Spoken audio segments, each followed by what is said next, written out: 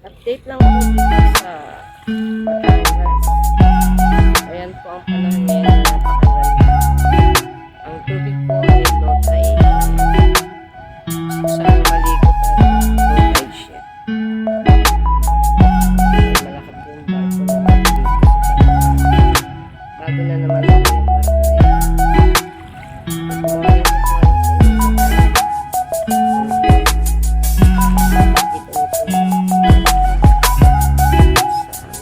Dito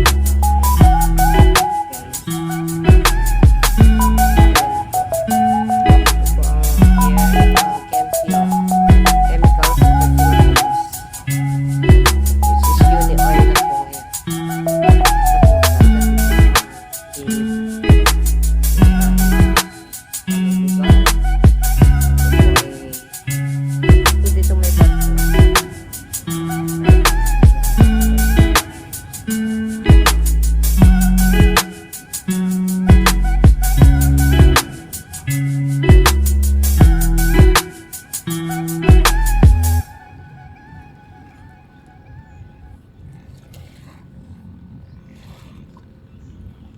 sarap ng ang lamig. Ang weather. Pasakay kaya ako ng bangka. Ay, may mga bangkang maliit dito. Okay, sasakay ng bangka. Gusto kong maligo. Gusto kong maligo.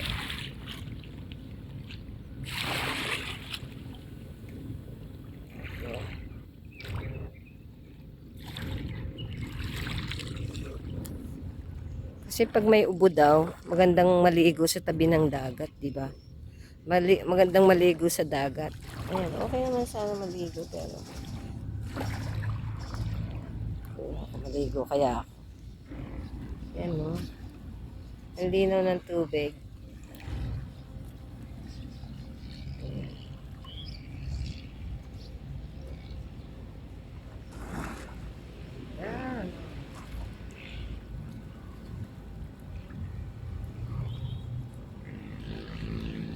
Yan po yung yung gear ng Unioil. Campil of the Philippines. Ano Unioil? Nakalo na baral sa tinalupan. Campil, Chemicals of the Philippines before. Ngayon Unioil na. Naku, ayoko maligo. Mangingitim ako. Puti ko pa naman. Nakikita ko yung kaputian ko pagka umaga. Kasi hindi ako lumalabas ng bahay. Ayan o guys, ang ganda ng barko. Ayan, napakalaki. Ayan, halos katabi ko na siya. Ayan o. Makapaghanap nga ng papa diyan. Baka may fafa ang available niya sa barko. Hi, mga fafa. Matulog pa yata tao sa barko eh. International po yan. International na barko po yan. Ayan. Ang ganda, oh. Diba? Naririnig niyo yung ng tubig, oh. Sarap pakinggan. Ang linaw ng tubig. Ayan po, ito pong bangka na to. Ginagamit nila yung manghuli ng maliliit na isda. Yung dilis at saka dulong. Alam niyo yung dulong, yung maliliit na isda. Yan po yung ginagamit nila sa panghuli. Ayan. Diba? Napakaganda. Ito naman po yung barko na humihila dyan. Ayan po yung barko. Dyan po lang siya nakatali. Oh. Tali po siya. Okay guys. Tapos, ito po ay yung dalawang barko na galing Puerto Galera. Yung pong barko na green. Ayan. Yung sinatawag na tagpo. Ito pong tagpo. Ito ang nagtutulak siya at humihila ng barko. Papunta doon sa laot. Galing dito sa pier. Kasi ang barko po, hindi nila pinapatakbo yan. Hindi po man nila mahina. Tinutulak lang po siya niya. No? Kaya po nagtutulak sa dito sa malaking barko. Papunta palayo sa pier. Pag tumadas na yung barko at dumadating. Tinutulak po yan. Yan po. Ito po itagpo. Tapos yan po barko na yan. Biyahe ng Puerto Galera. Galing na po siya ng Puerto Galera. Papunta pong Batangas City Pier. nakikita po naman ninyo dito sa harapan ko ay Mount Makulot. Ay, Mount Makulot yan. Ang pong Mount Makulot, ayan. Matatanaw po ito. Malapit po dito sa Mount Makulot. Ayan. Dati sabi ko, ayan po ang Pulkantaan. Hindi pala yan ang Pulkantaan. Mount Makulot. Ayan. Ayan po ang glacier namin dito.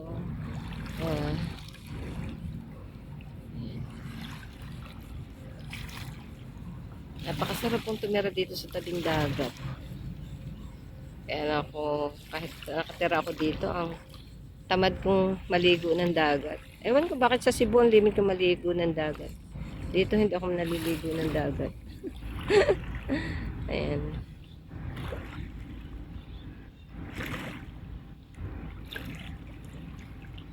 Napakaganda ng tanawin. Napakaganda ng panahon. Ang ganda, malamig. Malamig ngayon. Malamig, tapos, walang ulan. Kaya napakaganda. Napakatahimik ng panahon ngayong araw na to.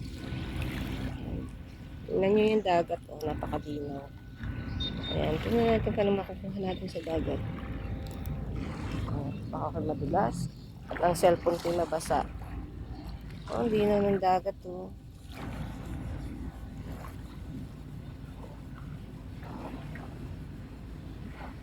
Ayan. Ang linaw ng tanawin dito sa ganda ng weather, ganda ng panahon.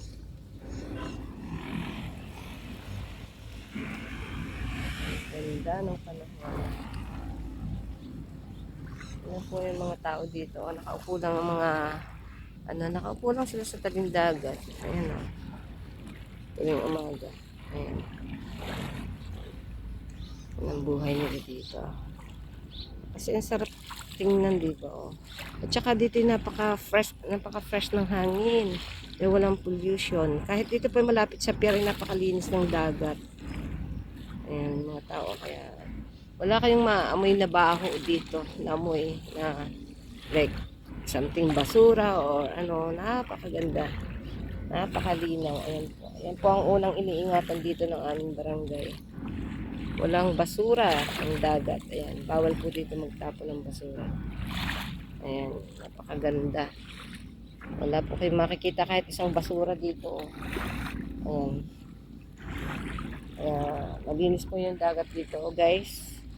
Kung sino pong gustong masyal dito sa amin, punta na kayo dito. Ayan. Maraming barko. Mamaya magsa-sideline ako dun sa barko. Oo, meron pong umaakit ang mga babae dyan pagkagabi. Alam nyo ba? Oo, pag bagong dating yung barko, meron silang mga babae na pupunta dyan. Ewan ko kung meron pa rin ngayon. Meron pa rin ngayon. Kasi mga seaman sabik sa babae, di ba? Kaya nga every port report, every place replace. Every port report, every place replace, di ba? Ayan. Diyan po sila umaakit. Sumasakay po sila ng mga bangka na ganito. Papunta po dun sa barko. Tapos paakyat din sila ng barko. Ayan. Pero mga hindi taga rito yon, mga dayuhan din. Doon sa kabilang sa pier, mga badyaw ata yung mga yung mga taga rito hindi naman gumagawa ng ganun. Pero most of the time na may tumarating na barko, mayroong mga ganong klaseng babae.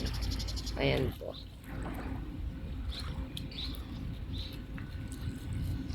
Diba? Thank you guys. Thank you for watching. Ayan po. Sinare ko lang po sa inyo ang aking napakagandang lugar dito sa Batangas. Ayan. Ikot po ulit ko kayo. Ayan. Napakaganda ng tanawin. Ayan.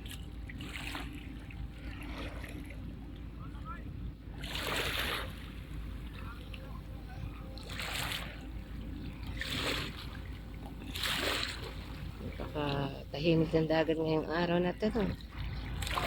Okay guys, thank you very much for watching. At hanggang dito na lang po ang aking pag-share sa inyo ng aming